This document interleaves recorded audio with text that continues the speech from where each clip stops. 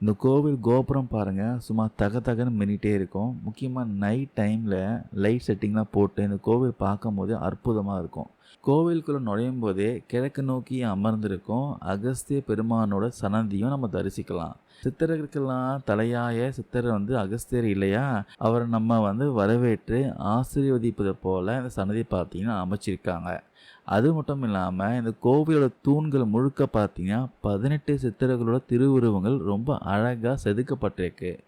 பொதுவாக சித்தர்கள் வாழும் இடத்துல நேர்மறை ஆற்றல், பாசிட்டிவ் எனர்ஜி அதிகமாக இருக்கும்னு சொல்லுவாங்க. அது இந்த கோவிலுக்குள்ளே நீங்கள் கால் வைக்கும் போதே நமக்கு நல்லா புரியும், நல்லா ஃபீல் ஆகும். இப்போ நம்ம ரொம்ப முக்கியமான ஒரு இடத்துக்கு வரப்போகிறோம். அதுதான் பார்த்தீங்கன்னா கருவறை. இந்தியாவில் எத்தனையோ குபேரர் கோவில் இருந்தாலும் இங்கே ஒரு மிகப்பெரிய அதிசயம் இருக்குது. அது என்னென்னா, மூலவர் கருவறையில் சிவபெருமானும் குபேர பகவானும் ஒன்றா சேர்ந்து நமக்கு காட்சி கொடுக்குறாங்க.